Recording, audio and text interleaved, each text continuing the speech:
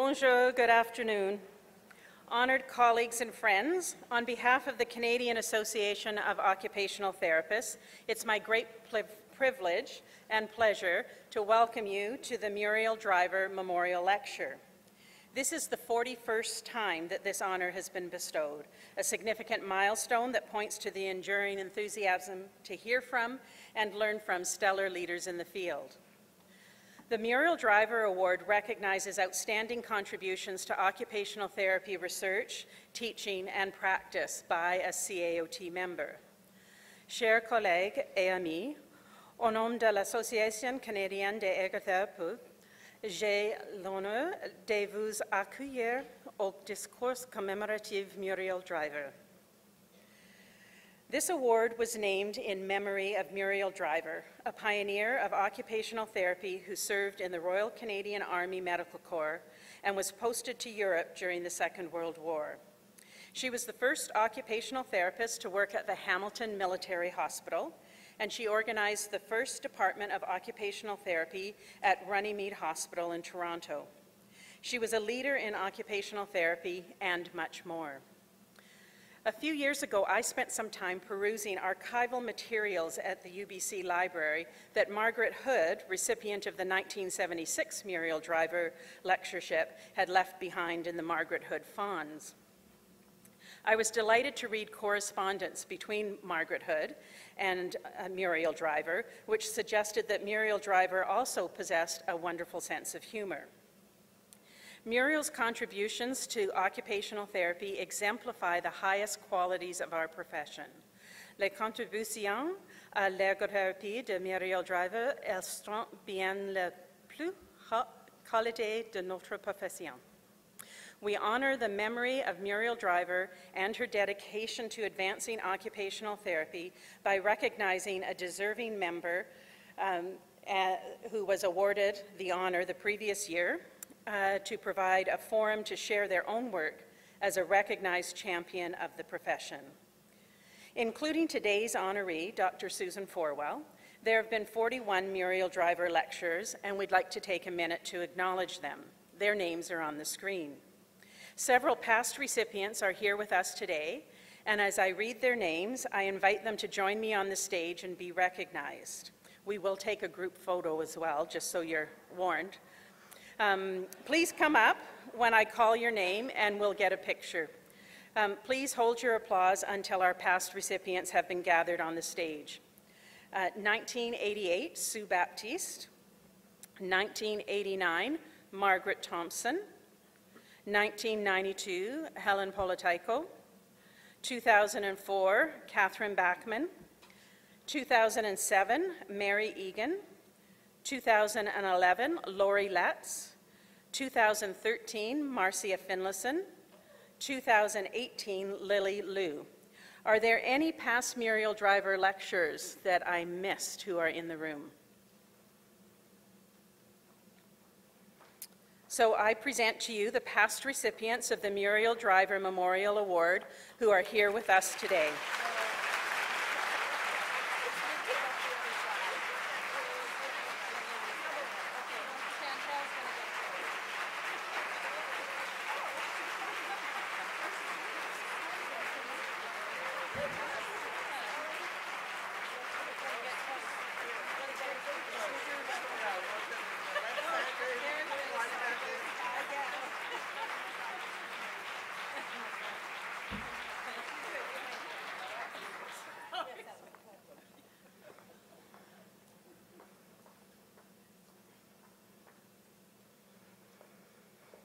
It is my pleasure to introduce Katie Lee Bunting to introduce this year's lecture.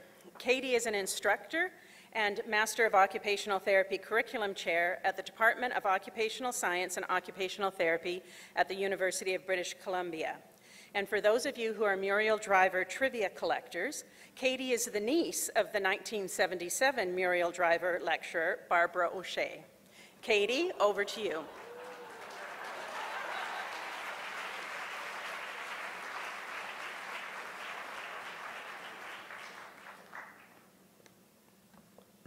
Thank you.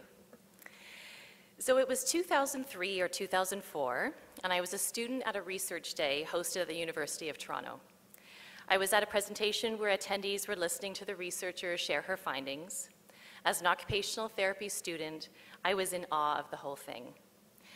And I can remember so distinctly being snapped out of my odd trance by a clear voice speaking up from the back. This voice was challenging the presenter on some finding or assertion made, and I turned to see an impeccably dressed woman, I recall a pink suit, but who knows, speak her mind with disarming assuredness, confidence, and resoluteness. This woman was Sue Forwell, who at the time was in the midst of her PhD with esteemed occupational science pioneer Dr. Ruth Zemke at the University of Southern California. Sue would go on to be the first Canadian to hold a PhD in occupational science. Once I graduated, I returned to Vancouver and found myself on a planning committee for the 2005 CAOT conference alongside Sue. Sue quickly saw something in me and has been a steady and supportive mentor to me ever since. I've worked as her teaching assistant, research coordinator, a brief stint as her PhD student. I had kids and got married, it got complicated. And I'm now fortunate to be a colleague of hers at the University of British Columbia. Sue's exceptional mentorship and skilled leadership, through which she elevates people, our profession, and our discipline of occupational science, is a theme that was reflected in the stories shared with me from our colleagues at UBC. Sue sees the potential for greatness in everything around her, be it students, colleagues, our UBC department, our profession of occupational therapy, occupational science, or footwear, fashion, a Grey Goose martini, or an excellent ski run. Sue confidently, steadily, and tirelessly keeps moving forward until that greatness is achieved. So here are some examples of the greatness that Sue herself has achieved. Sue is professor and head of the UBC Department of Occupational Science and Occupational Therapy, and just last week shared the announcement of a historic expansion of our MOT program. She's a research associate with the UBC Multiple Sclerosis and Neuromyelitis Optica Clinic and the International Collaboration of Research and Discovery, and an affiliate researcher of Vancouver Coastal Health Research Institute and Fraser Health Authority. Her recent work has included development of comprehensive assessments of fatigue for MS, spinal cord injury, and traumatic brain injury, an evidence-based energy management program for MS and SCI, an occupation-based cognitive intervention for MS, a behavioral strategy for the treatment of intention tremor in MS, an occupation-focused comprehensive hand assessment for MS, and an emerging model of life transitions from an occupational perspective. She has held numerous leadership positions, including president of the Canadian Association of Occupational Therapists, where, among her many achievements, she established the occupational science stream at the CAOT conference in partnership with the Canadian Society of Occupational Scientists, associate editor of the International Journal of MS Care, chair of the International Society for Occupational Science, and member of the board of consortium of MS centers. Currently, Sue is on the Healthcare Advisory Council of the Multiple Sclerosis Association of America and sub-editor of the Journal of Occupational Science. She was honored with the prestigious Townsend Politico Occupational Science Lectureship in 2016 and the CAOT BC Outstanding Occupational Therapist of the Year in 2017, and now Muriel Driver Memorial Lectureship. You can always hear Sue approaching by the strong click of her heels and cannot miss her enter a room. A whirl of energy, a spitfire, zooming in and settling quickly, and completely engaged within seconds. And I'd be remiss if I didn't mention Sue's great sense of humor and joy. Her laughter is joy-filled and contagious. She's quick to laugh at herself, and so far has put up with my teasing. I've also been witness to her compassion, empathy, tenderness, and humanity with students, colleagues, and collaborators. Her ability to put aside her own concerns or agenda and commit to what is right for this person and situation. I've learned from Sue to lean in, to take the step, and to believe it's possible. And I believe this is what she inspires in those around her. Described by her colleagues, Sue is an unabashed fashionista, a dynamic and visionary leader, an adept systems navigator, a champion for a beloved occupational therapy and occupational science, a fierce advocate for her colleagues and her students. Ultimately, Sue loves life. She loves her family and friends. Sue loves Sue. She loves her colleagues. She loves occupational therapy and occupational science. It's my profound pleasure to introduce to you this year's Muriel Driver Memorial Lectureship recipient, Dr. Susan Forwell.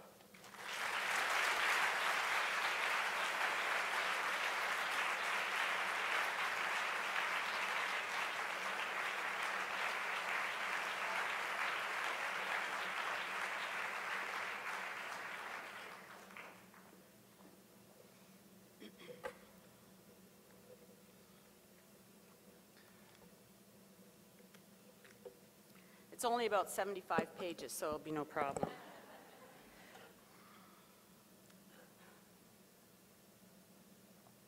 I was just wishing, I was thinking that should be Grey Goose.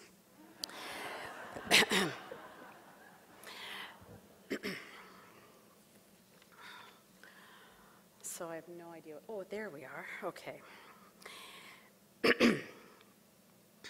Thank you very much, Katie. That was lovely. The weight of this award is not lost on me. The Muriel Driver, as Catherine so pointed out, was a woman of great intelligence and unwavering dedication to the work of CAOT, WFOT, and the profession. She was a force to be reckoned with. But to be named to be a Muriel Driver lecturer is very humbling. It is truly joining a group of outstanding individuals, some of which you saw today, who were and are the leading edge of intellectual thought for occupational therapy for the well-being of people locally and across the globe. The purpose of the Muriel Driver Lectureship is to celebrate the enormous contributions of these individuals and to offer occupational therapists with ideas, challenges, and perhaps a disruption of thinking in order to ultimately lead to a more engaged society. As Catherine said, there are 40 Muriel Driver lecturers who have come before me, contribution to the growth of occupational therapy in Canada and globally, and for the last 5 decades, and on a more personal note, for influencing my thinking and providing me with the opportunity to build on your work.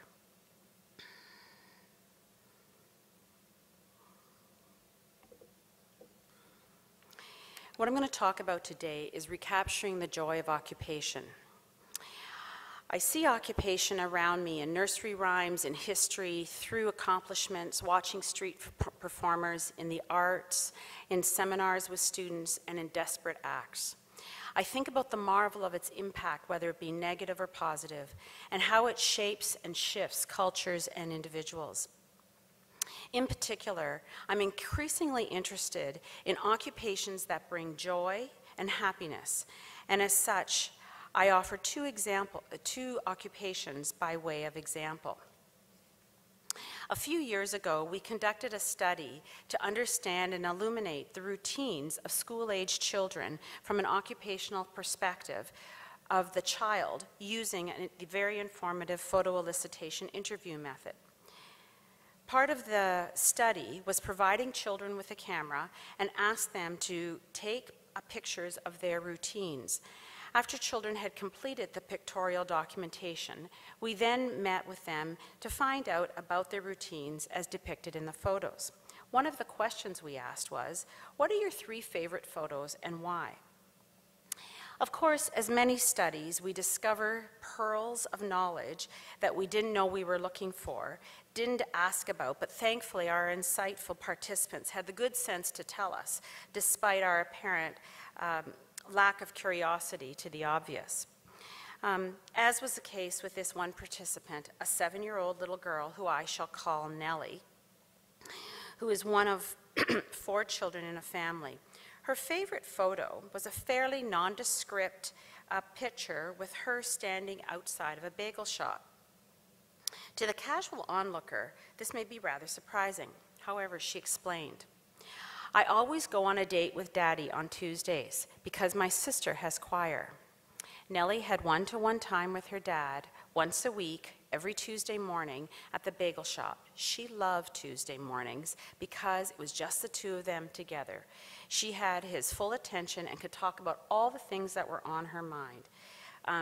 There was no other time in the week this occurred, and she treasured it. Her sister's routine choir practice resulted in the happy accident of a meaningful favorite occupation of Nellie's and something that she looked forward to each week.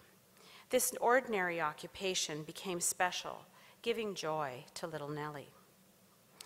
Then there are the not-so-ordinary occupations, as with my second example of Blake. Blake was a determined, competitive amateur athlete, excelling in a number of sports, 3 of which were downhill skiing. He was a ranked BC racer as a teenager. Mountain biking, he was a guide and an instructor. And boating, something he had done every summer with his family since he was a little boy, and as an adult was a master sailor.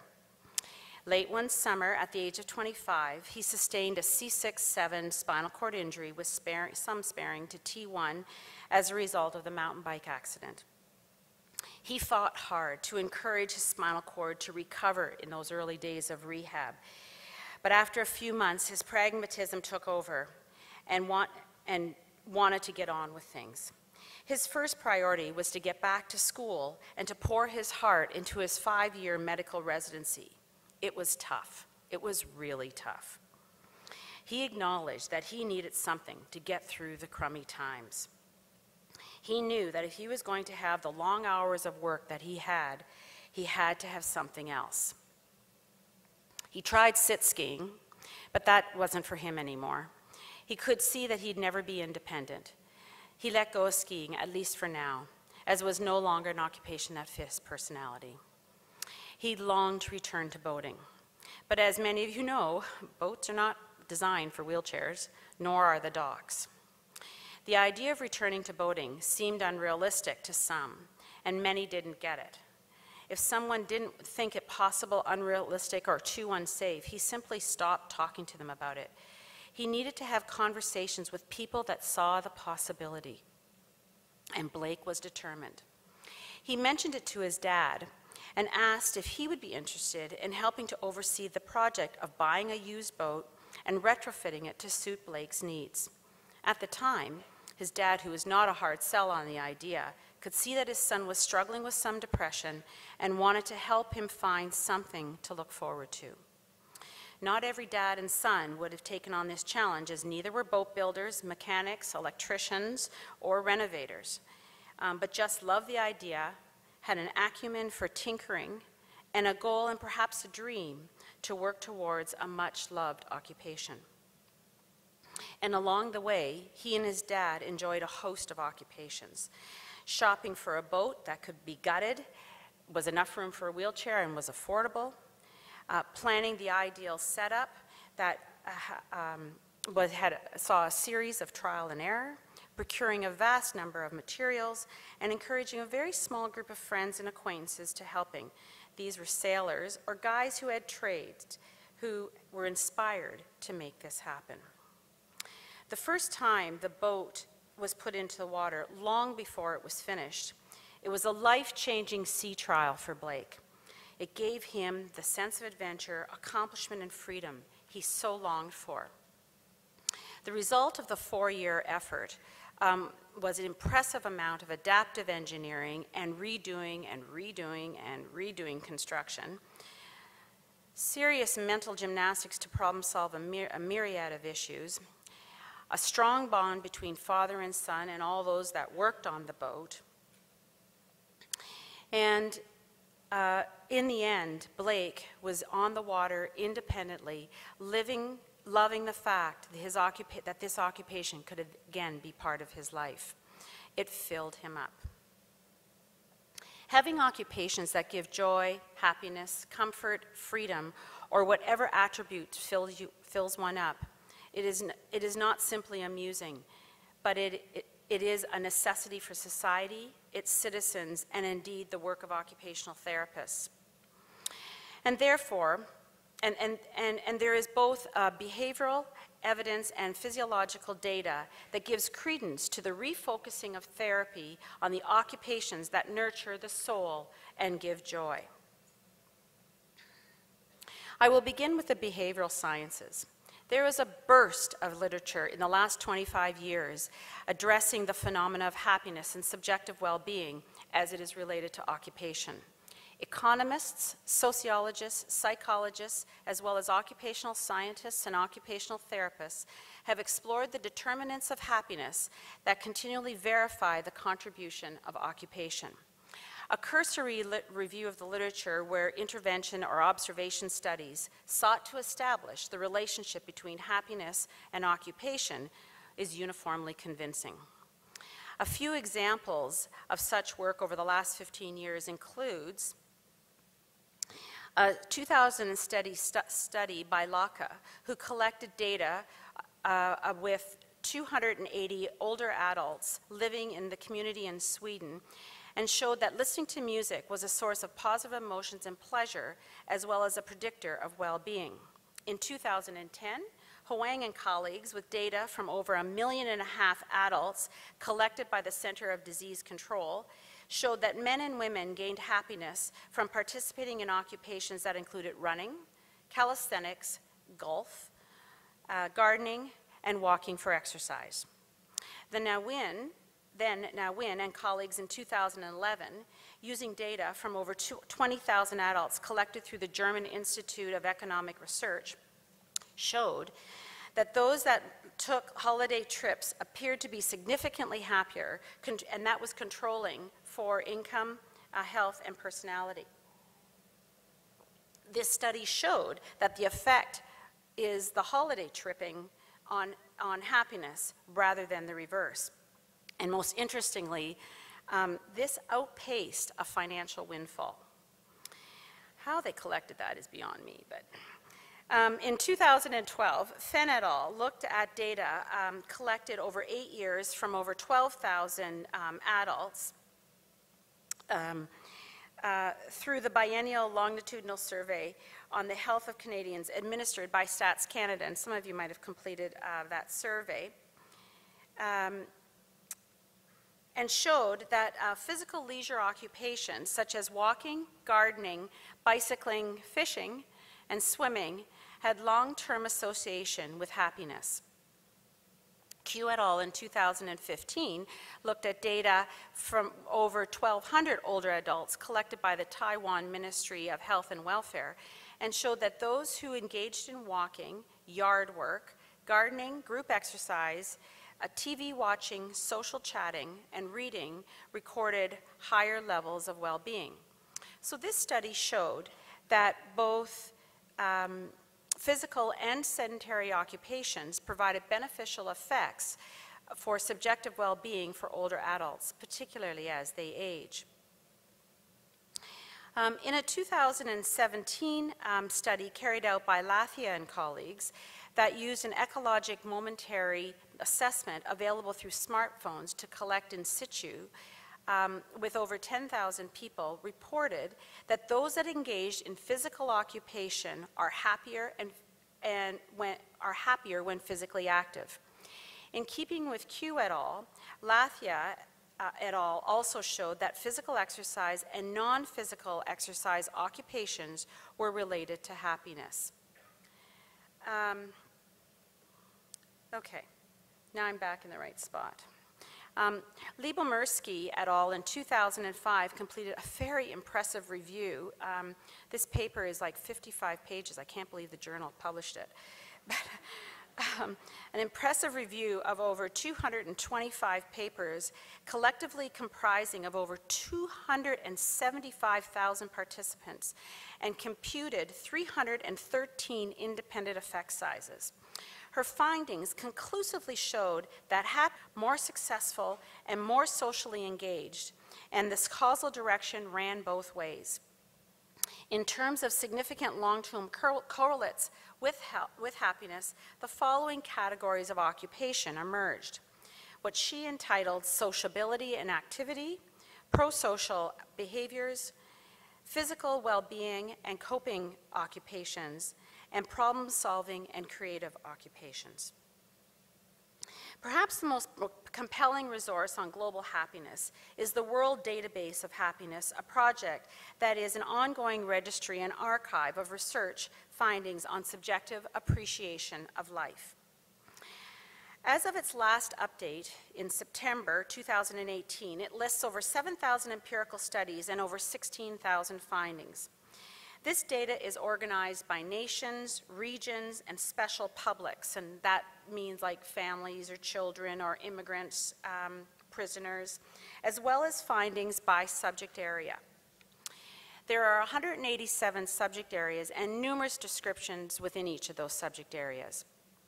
Throughout this massive list of descriptors, there are hundreds of occupations listed, some of which include reading, traveling, repairing, radio listening, doing chores, work, volunteering, criminal activity, cultural occupations, artistic participation, household occupations, farming, occupations using the internet, intimacy, gardening, gaming, hobbies, theater, praying, sleep, sport, use of stimulants.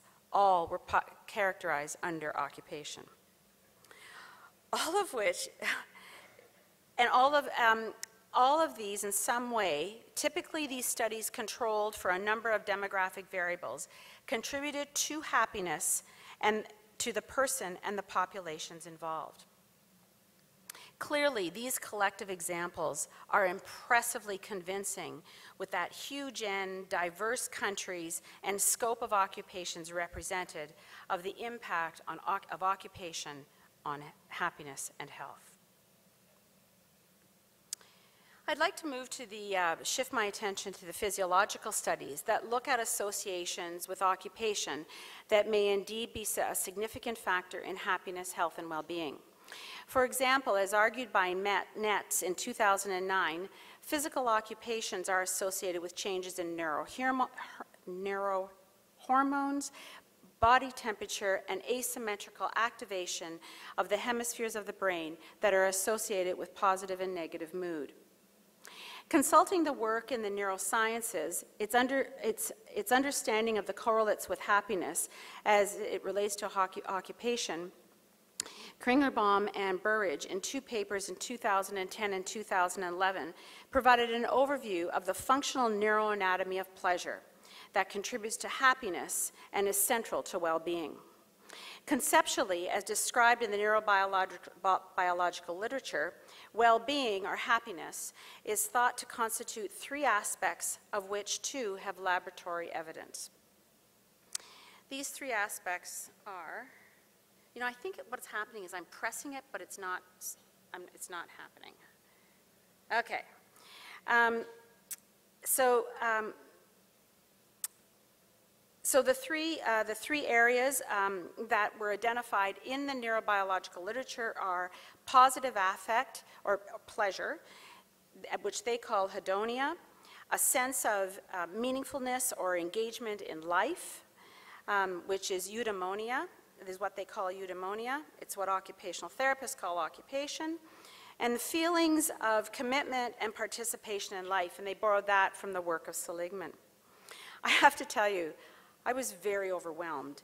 I kept checking that this was, in fact, a neurobiological paper in a neurosciences journal to see that these last two bullets in particular are coming in this literature and clearly suggests that the world of neuroscience and occupational science and therapy are in lockstep.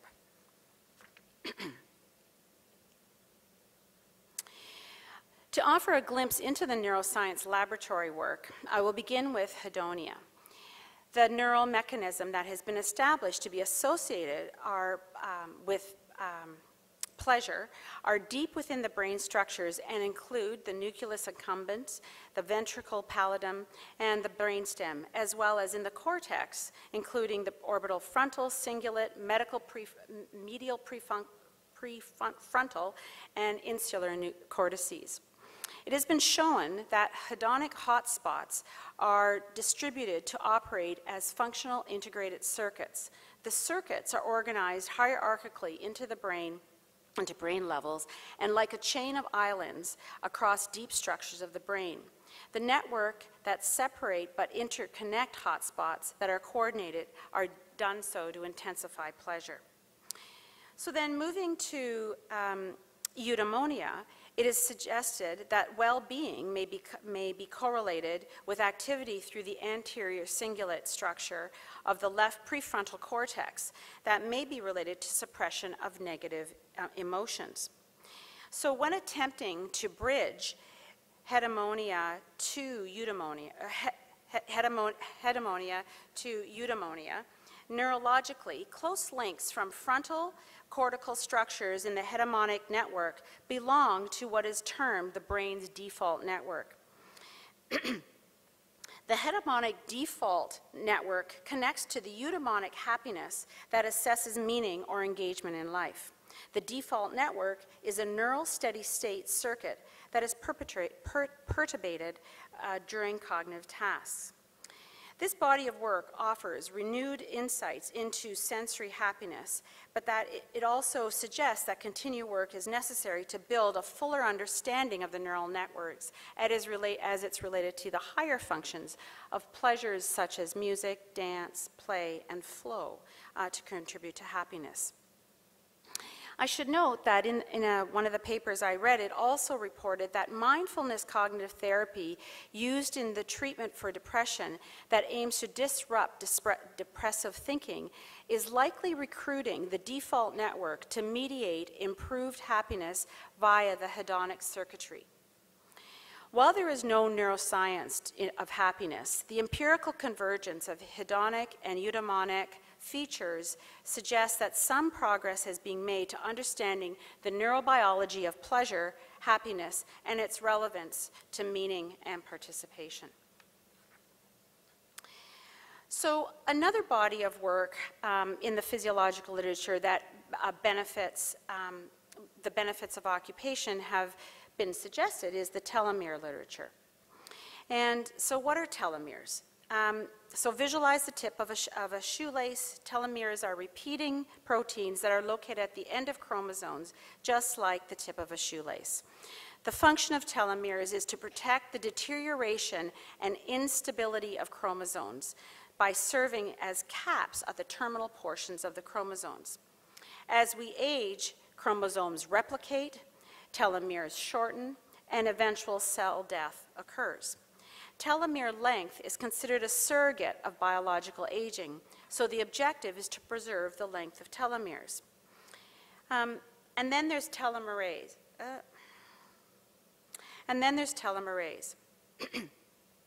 And this is an enzyme that helps preserve the length of telomeres and stabilize replication. By reducing the volume of telomeres is related to cell death. So in short, what you want to do is you want to have longer telomeres and more telomerase to have characteristically good telomere health and aging, and to decrease cell death.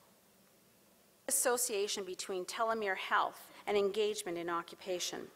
The first study published in the occupational therapy literature that looked at telomere health and engagement, oh my goodness, I'm a bit of a disaster with this. Okay. The first study that published in the occupational therapy literature that looked at telomere health and engagement in occupation was a rapid review reported in 2016 by my dear colleagues 2 Miles and Backman from UBC.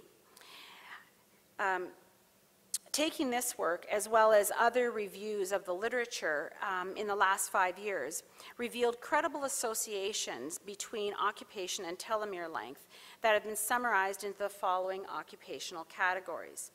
Physical, by 2 Miles and Backman. Physical activity, exercise, mindfulness occupations, lifestyle and leisure occupations, and sedentary occupations. So, some examples of results related to telomeres and physical activity. I will first start with a meta-analysis of 9 studies that initially investigated the habitual, elite, and endurance athletes and found that they had longer telomeres when compared to non-habitual exercisers or the sedentary control population. In 2009, Marabello et al. Showed that men with prostate cancer showed no correlation between physical exercise and telomere length. However, In 2014, Garland et al. Showed that women with breast cancer that exercised showed longer telomeres than those that did not exercise. In another study, no association between telomere length and on-the-job physical activity was found. Across 2 studies that investigate the level of physical activity of nurses showed opposite results on the influence of telomere length. In 2017, a study of older women showed that those that participated in greater leisure time physical activity and moderate to vigorous exercise had longer telomeres compared to those that engaged in minimal leisure time physical activity. These studies are examples of more than 30 studies on telomere health and engagement in physical activity and exercise. Taken together, these studies had diverse methodological limitations and suggest that at this stage the results are still mixed. I contend, however, that one explanation is that exercise offers different experiences to different people. For example, habitual exercisers may gain great meaning, satisfaction, and joy in exercising, while non-habitual exercisers may not. When looking at studies related to telomere health and its association to mindfulness, the types of activities under this section was Quanjong, the meditation, stress reduction classes, yoga, mindfulness retreat, and loving kindness mindfulness were included.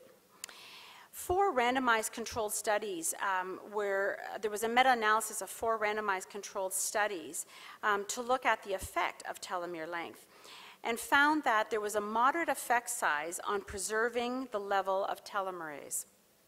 This is a good thing. Also seen were gender differences specifically related to loving kindness mindfulness, where women showed longer telomeres after 4 years compared to men who showed no change. Moving to lifestyle and leisure activities, a study of 2,400 adult twin pairs by Shirkus and colleagues in 2008 reported that lifestyle and leisure activities correlated with longer telomeres. In 2015, the same finding was reported for older adults, and this time it was related to generally telomere health. They did telomere length as well as they measured the enzyme telomerase. And then in another study of men with prostate cancer who participated in a 5-year lifestyle intervention that included walking, healthy diet, stress management, meditation, and counseling, showed longer telomeres than controls at the end of the study. So interesting, because they've studied men with prostate cancer for exercise, but no different in length. But when they went to lifestyle interventions, there was a difference. So for this audience, I suspect few are surprised by the stronger, though less researched, area of mindfulness and leisure activities and the relationship to telomere health.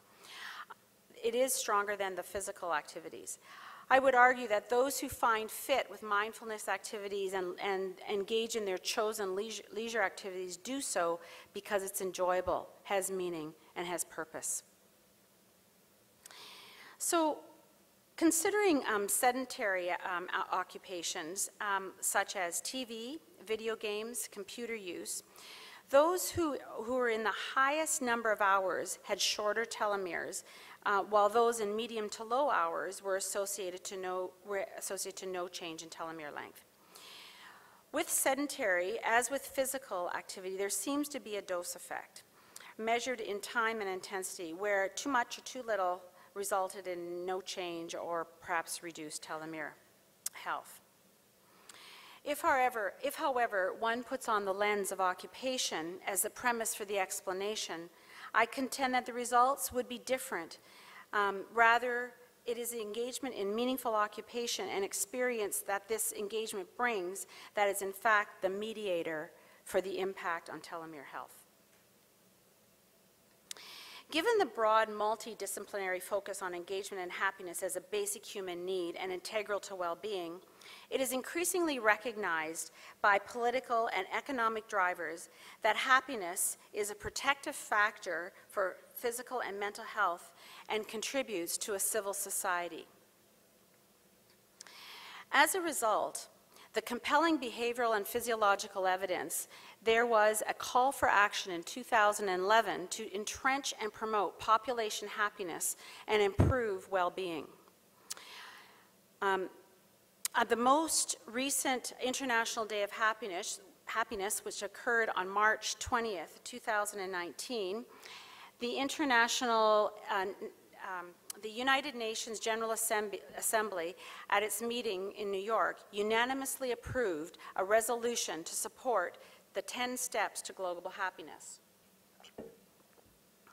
I've listed them here for your review, but what is immediately obvious and relevant to the practice of occupational therapy is the second step, which is actually the first step, because the first step is now irrelevant. It was time sensitive.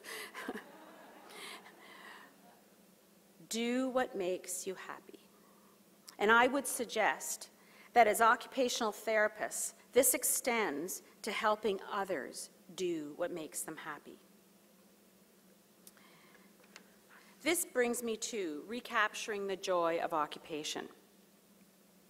The things that we do that give us joy, happiness, and a feeling of well-being are imperatives for society, whether it be ironing, playing the piano, socializing in the bagel shop, boating, picking up grandchildren, or doing prayers 5 times a day. Thankfully, the world over, people engage in their occupations that bring them joy without the services of occupational therapy. No kidding. Where occupational therapy, however, is integral is when tensions or difficulty arise and people are faced with what might seem as insurmountable barriers to engaging in those occupations that give them joy. To provoke dialogue and to advance the preparation for managing potential challenges, with no intent of being exhaustive, but rather by way of example, I'm going to draw your attention to some selected tensions that can be categorized at the 3 levels of the individual, the social network, and society. At the level of the individual, I highlight 2 of many possible tensions with engaging in occupation that brings joy. And these could be the tension between need to do and want to do occupations, and the difficulty with available resources. So when looking at the self-evaluation of occupation graph, and no, I haven't published this, it's invented, which one might suggest is a simplified format of Dr. Brian Little's Module 3, the Cross-Impact Matrix in the Personal Project Approach. You will see 2 axes.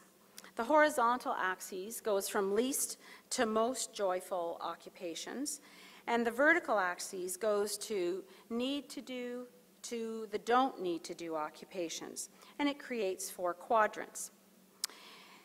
Quadrant 1 reflects those occupations that nest both the need to do and want to do attributes.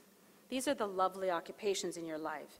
Just like Nellie, she had to go to the bagel shop with her dad while her sister was in a choir, but it also was her favorite occupation. Then there's Quadrant 3. These are neither the need to do or want to do occupations, so we black those out of our life. They don't need to be in our life.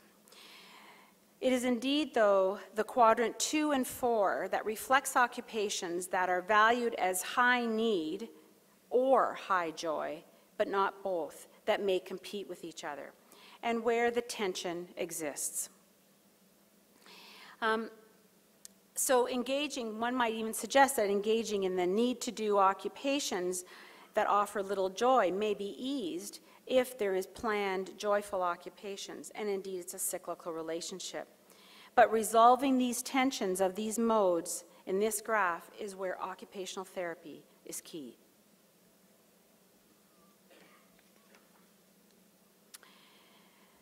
The The second tension I want to address is the difficulty with availability of resources. For example, artifacts, tools, instruments, or equipment needed may not be available, are too costly, or are no longer appropriate given one's abilities. Or the physical environment is no longer conducive to engagement. These are indeed concerns or problems that will get in the way. But people are incredibly resourceful and use creative means to make, build, borrow, work for, volunteer to be involved. Conventional ways of engaging in the occupation may not be possible, so adapting or modifying the approach to the occupation and its resource may be necessary, which is the bread and butter of occupational therapy. So I'd like to move to the tensions of the social network. And in this, I want to consider the juxtaposition between those in the social network that supports one's occupations that give happiness versus those that do not support one's happy occupations. I might suggest that this is actually the reality of social networks. But as a result of this divide, one tends to do some or all of the following: associate with people who also find joy in those occupations, or who will help to melt away the barriers, and hopefully that's occupational therapy. They will also avoid people that are not supportive in that occupation, which was the case of Blake. Or they will covertly engage in the occupation without the sectors of the support networks knowing, effectively relegating non-supporters to outside the circle of influence and having little information. Don't get nervous about your teens on that one, okay? Many people will engage in occupations that give them joy, despite what others think. So finally, at the level of the society, I'd like to address pro-social and asocial occupations. And I would like to just declare at this point that I'm not referring to illegal activities or activities that do harm, because while I think that this is a conversation we need to have, this brings in a host of ethical, religious, cultural, legal, and political parameters that must be considered well beyond the scope of this paper. But in a paper in 2007 by K.M. Brewis that addressed the controversial issue of the occupation of tattooing in the Journal of Occupational Science, the authors recognized that despite the negative stigma and the external factors restricting tattooing related to the workplace and career advancement, as understood by participants, clearly showed that for their participants in this study, it was a personal experience, offered a sense of connection to others, as well as fueled positive emotions.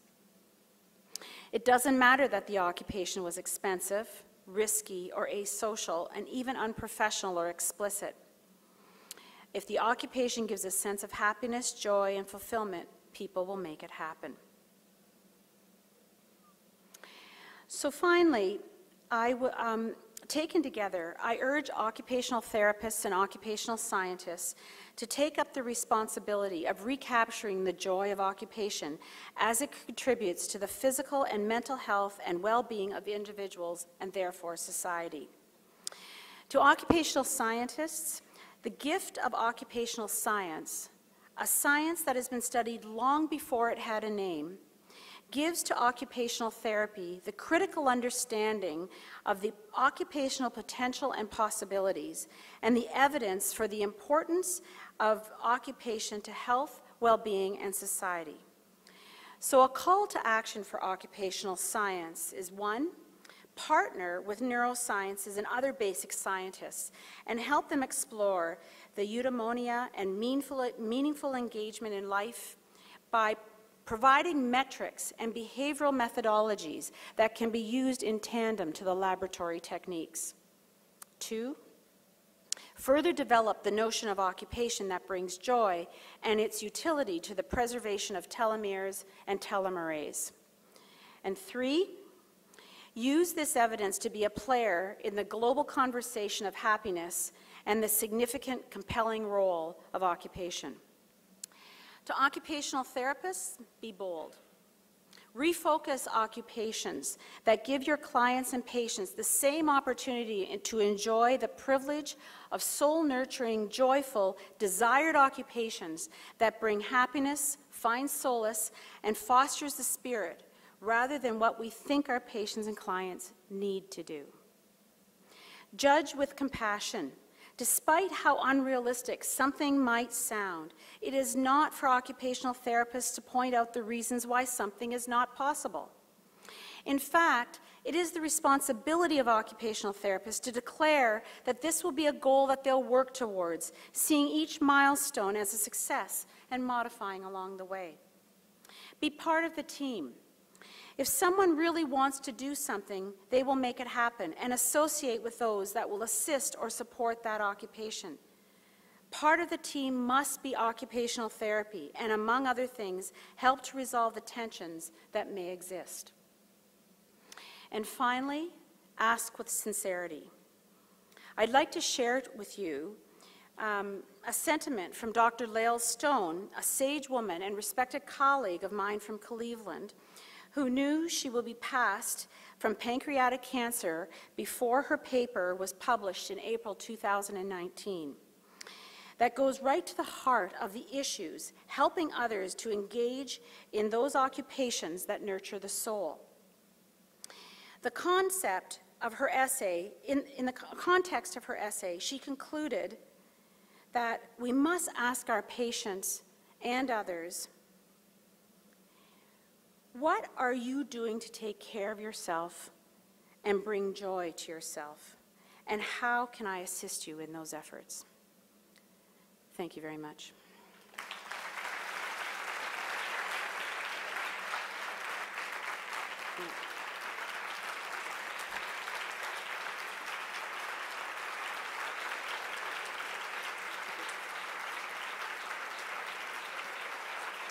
One more thing. I forgot one thing.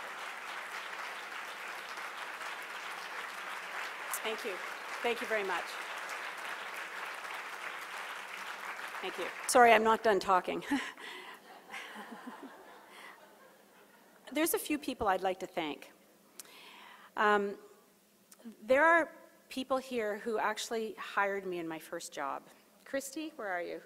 Christy and Marla had to bear with me in my first job where we worked at Lyndhurst Hospital. And Gail's here, Gail Teachman. And there's other colleagues that have been tremendous influences in my life. Claudia Von Zweck, Marilyn Ernest, Ruth Zemke, and Helen Politico's here. Many of my Canadian colleagues and colleagues from the US, the UK, New Zealand, Australia, and Sweden. There's too many to, I did start writing it out, but I realized I'd probably be over my time. But I also would like to particularly thank my wonderful faculty, and I'd like them to stand. Catherine's already here, and Bill is in the room, I'm sure. Tal was unable to be here. Ben and Jill are here. Please stand. And Suzanne, Sky, and Julia are here. Thank you for coming, as well as Katie, Donna, and Mike for not able to come. I really appreciate the wonderful colleagues that you are, and bring me mirth every day. Thank you.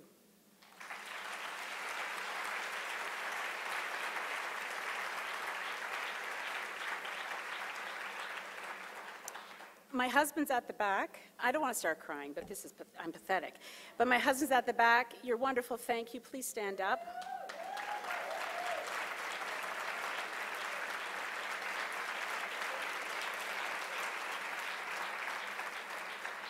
Thank you, Peter, for all you do. My sister Lori and my brother-in-law Bill and nephew Jake are also here. Please stand up. I love you dearly.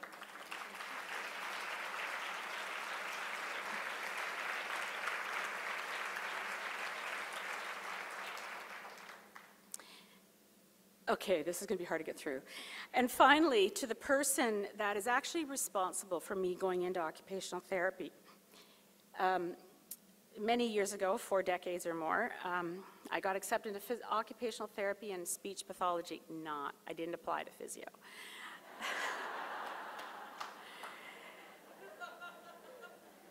And my mother, I don't know what she was doing. She was doing housework or she was gardening, or I'm not sure what she was doing. But she came in, she saw me looking at these papers. I'm not even sure she remembers this.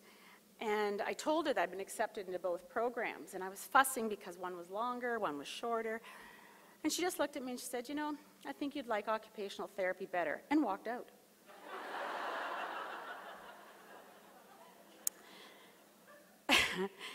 I sat there and went, well, Mom's never steered me wrong. I guess I'll go that way.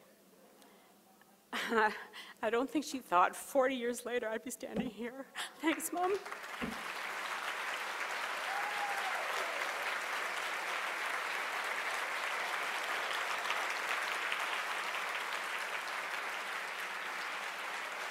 That's it.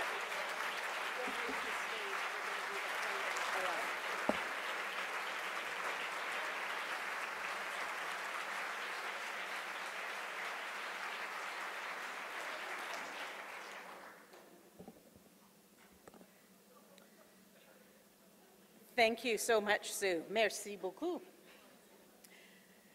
Recapturing the joy of occupation. I'm pretty sure you're full of joy now that it's the end. I'm happy to be in the history. Yeah, rather than the beginning of such a compelling lecture. The Canadian Association of Occupational Therapists is pleased to honor you, the 41st Muriel Driver Memorial Lecture, with this beautiful engraved plate, which comes with our sincere thanks and deep appreciation. We all look forward to reading your lecture in the October issue of the Canadian Journal of Occupational Therapy. We're going to pause for a moment for the presentation of this plate and a photograph, and then we have a few closing words. X marks the spot.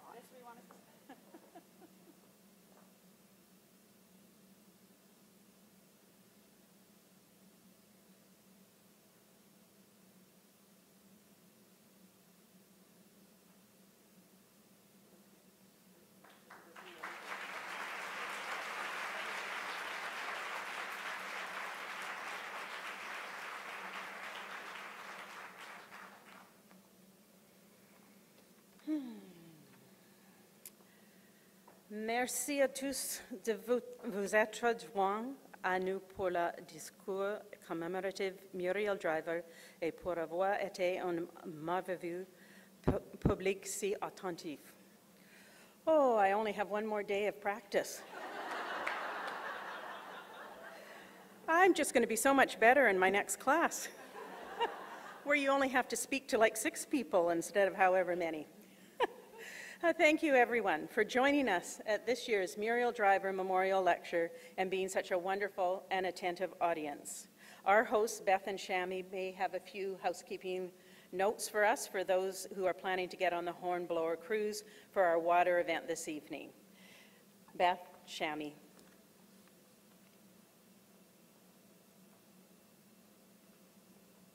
Thanks, Catherine. As you can see, we are going to enjoy the falls as you see them there, up close and personal, on the Hornblower Cruise this evening.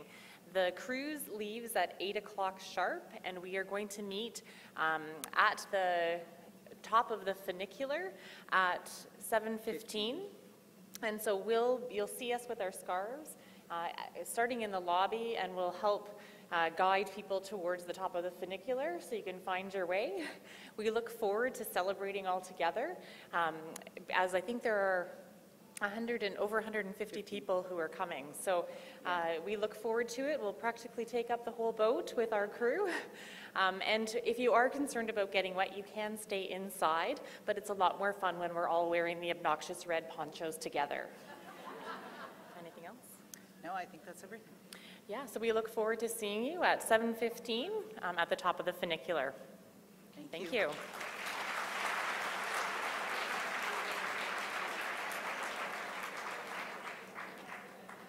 And we are done.